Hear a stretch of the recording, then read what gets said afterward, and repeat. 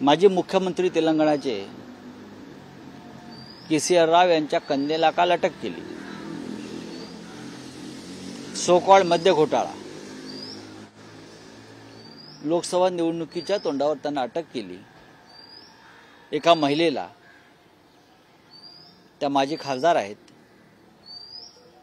चौकशी पूर्ण झाली पण त्यांना अटक केली। हे दबाव तंत्र आहे। खरं म्हणजे इतका मोठा इलेक्ट्रॉल बॉन्डचा घोटाळा समोर आला, हजारो कोटी रुपये, ब्लॅक मनी म्हणजे काळा पैसा, भ्रष्टाचाराचा पैसा, धंद्याच्या बदल्यात चंदा। ज्या कंपनीचं टर्नओव्हर 150 कोटी आहे, ती कंपनी 300 कोटीचा निधी देते। म्हणजे हा कोणीतरी त्यांना काळा पैसा दिला आणि तो पैसा इथे आला।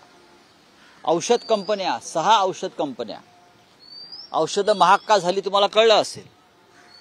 शेकडो कोटी रुपये औषध कंपन्या आणि हॉस्पिटल्सनी भारतीय जनता पक्षाला दिले। गेमिंग कंपन्या, जुगार, लॉटरी ऑनलाइन याने हजारो शेकडो कोटी रुपये भारतीय जनता पक्षाला दिले।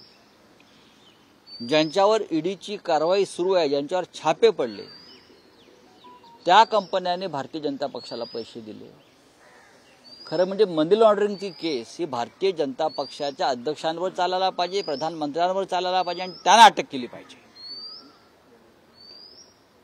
तुम्ही विरोधी पक्षाच्या नेत्यांना अटका करता आणि तुम्ही सगळ्या हजारो कोटीचा लुटमार आणि दरोडे टाकून मोकळे राहता आणि वर आम्हाला नीतिमत्ता शिकवता। आपचे 2 मंत्री तुरुंगात आहेत, आज कविता जेलमध्ये गेल्या, आमच्या लोकांना धमकवलं जात आहे। पण ही त्यांची शेवटची निवडणूक आहे। त्यानंतर तपास यंत्रणा, काल राहुल गांधींनी सांगितलंय ना, राहुल गांधींनी सांगितलेलं आहे की ज्या पद्धतीनं भारतीय जनता पक्षाच्या एक्स्ट्रॉशनला म्हणजे हप्तेबाजीला या केंद्रीय तपास यंत्रणांनी मदत केलेली आहे, वसुली एजंट म्हणून काम केलं आहे, त्या सगळ्यांची चौकशी बीजेपीचे सरकार गेल्यावर होईल। सर, ज्याप्रमाणे आपण बघतोय जर असं सुरू राहिलं आणि पुन्हा एकदा जर हेच सरकार आलं तर जी लोकशाही आहे ही संपुष्टात येईल आणि हुकुमशाही हुकुमशाही सुरूच झालेली आहे। पण मी खात्रीनं सांगतो, ज्या पद्धतीचा इलेक्ट्रॉल बॉन्ड घोटाळा, भ्रष्टाचार समोर आलेला आहे आणि तो फक्त शहरापुरता मर्यादित नाही तर गावातल्या शेवटच्या माणसापर्यंत मोदींचा सिर्फ मैं खाऊंगा हा मेसेज गेलेला आहे या इलेक्ट्रॉल बॉन्ड घोटाळ्यामध्ये। ना खाऊंगा ना खाने दूंगा नहीं, मैं और मेरे लोग खाएंगे, उसके लिए कुछ भी करेंगे, डाका डालेंगे, दरोड़ा डालेंगे, कुछ भी करेंगे। हा संदेश ग्रामीण भागातल्या गावातल्या शेवटच्या माणसापर्यंत पोहोचलेला आहे। त्याच्यामुळे मोदींचं सरकार पुन्हा येणार नाही। हे भ्रष्ट सरकार म्हणजे देशाला लागलेला कलंक आहे आणि हा कलंक धुवून काढावा लागेल। 400 पार त्यांनी नारा दिलाय, 400 पार मोदीजीने, 400 पार आणि हद्द पार, 400 पारच्या आला त्यांची 400 पार, यावेळी 400 पार, 400 पार नहीं, भाजपा तड़ी पार है, ऐसा नारा दिलाय। जब देने दो ना 400 पार। वही भ्रष्टाचार का जो पैसा, इलेक्ट्रॉल बॉन्ड घोटाला जो सामने आया है, हाँ, सबसे पैसा लिया है। जिसको जिसको धंधा दिया वो सबसे चंदा लिया। उससे बड़ा घोटाला देश के इतिहास में नहीं हुआ, विश्व के इतिहास में नहीं हुआ। अगर कोई और देश में ये घोटाला होता तो प्रधानमंत्री को अब तक इस्तीफा देना पड़ता। ब्रिटेन के प्राइम मिनिस्टर ने झूठ बोला, इसलिए उनको इस्तीफा देना पड़ा है। इनकी बहुमत की सरकार अगर आई दोबारा, उसकी बहुमत की सरकार नहीं आ रही है। अगर आई तो कहीं न कहीं एक देश, एक विजन, जितने भी इनके कानून है, सारे कानून एक साथ में पास करेंगे। संविधान का तो पूरा संविधान बदलने का उनका प्लान है ना, इसलिए तो उनको 400 पार का नारा है। उनके भाजपा के नेता ने कहा ना, हमें 400 का बहुमत इसलिए चाहिए कि हम संविधान बदलना चाहते हैं और संविधान बदलने के बाद भ्रष्टाचार को भी शिष्टाचार का दर्जा देंगे, जैसे इलेक्ट्रल बॉन्ड को किया है। लीगलाइज करप्शन, प्रधानमंत्री Modi Mahatma Gandhi father of nation है, प्रधानमंत्री मोदी फादर ऑफ करप्शन है।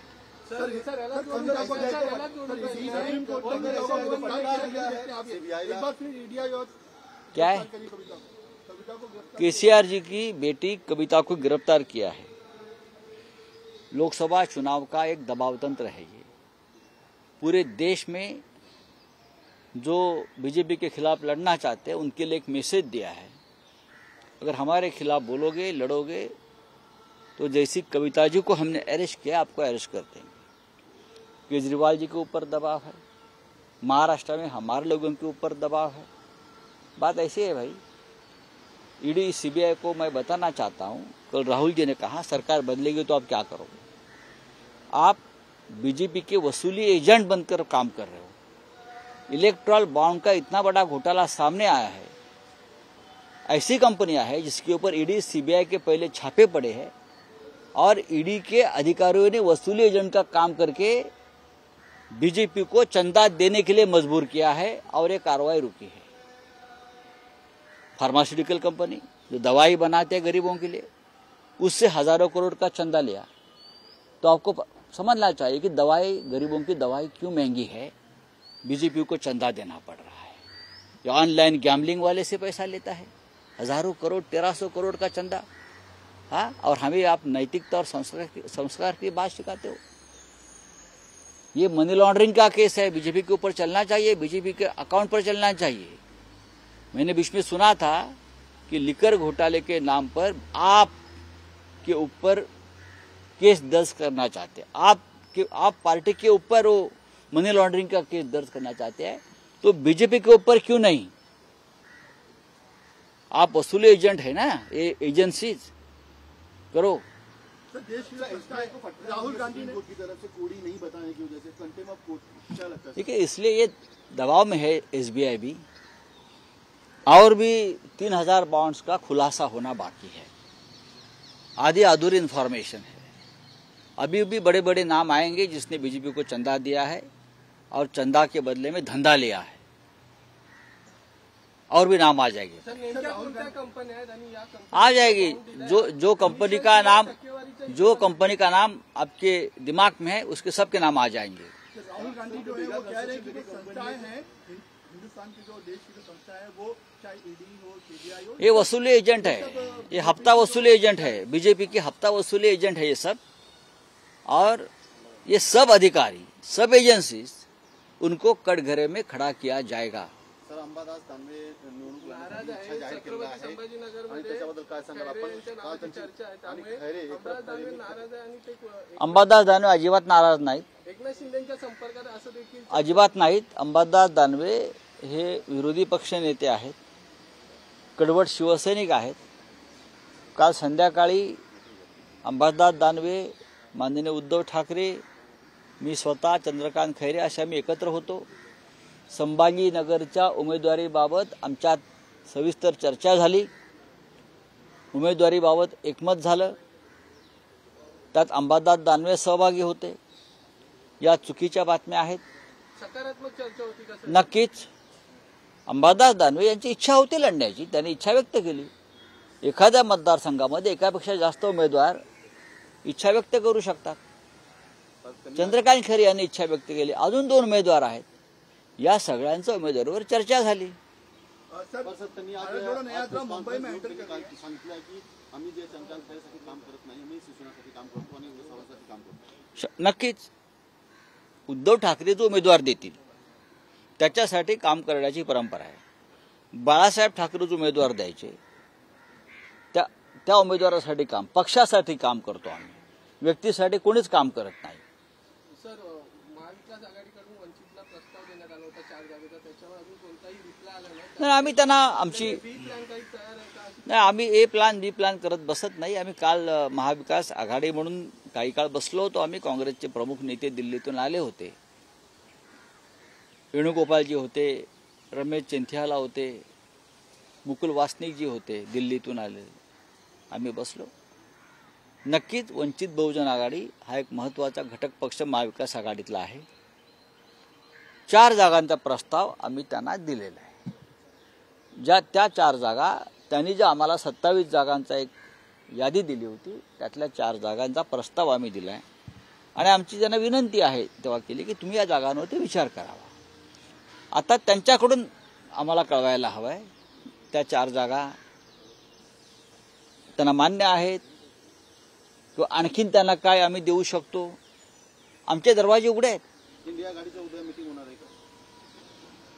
कल रैली है ना, कल की रैली में उद्धव ठाकरे साहब शामिल होने वाले हैं.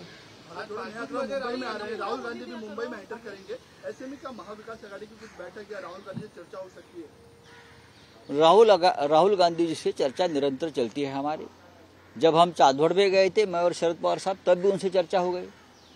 आज मुंबई में आएंगे, यहाँ बड़ा स्वागत उनका मुंबई में हम लोग कर रहे हैं, मुलुंड में, भांडुप में. हाँ, इंडिया आघाड़ी के जो नेता हैं कल राहुल गांधी जी से चर्चा करने वाले कल मंच पर एक साथ रहेंगे. कल मंच पर रहेंगे, उद्धव जी भी जाएंगे, शरद पवार साहब आएंगे, सभी बड़े नेता अखिलेश यादव भी आ रहे हैं और सब लोग बैठेंगे, मजबूती से एक साथ काम करेंगे. और क्या है, चलिए. सर, इलेक्शन की डेट्स आज अनाउंस होने वाली है, 3 स्टेट्स के भी डेट्स आज अनाउंस होने वाले हैं. मोदी जी ने एक वीडियो रिलीज किया है, मोदी का परिवार ऐसे. मोदी का परिवार तो आपने देखा होगा, इलेक्टोरल बॉन्ड में जिसने जिसने चंदा दिया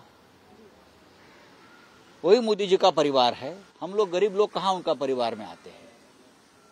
फार्मास्यूटिकल कंपनीज, हाँ, कॉन्ट्रैक्टर्स, ठेकेदार्स, ये उनका बहुत बड़ा परिवार है.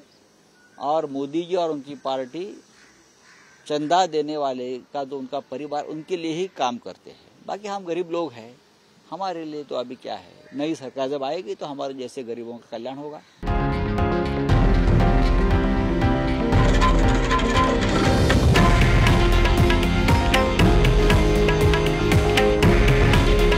हे आहे देशातील नंबर 1 न्यूज नेटवर्क आणि आपण पाहत आहात TV9 मराठी. काळजी तुमची, हित महाराष्ट्राचं.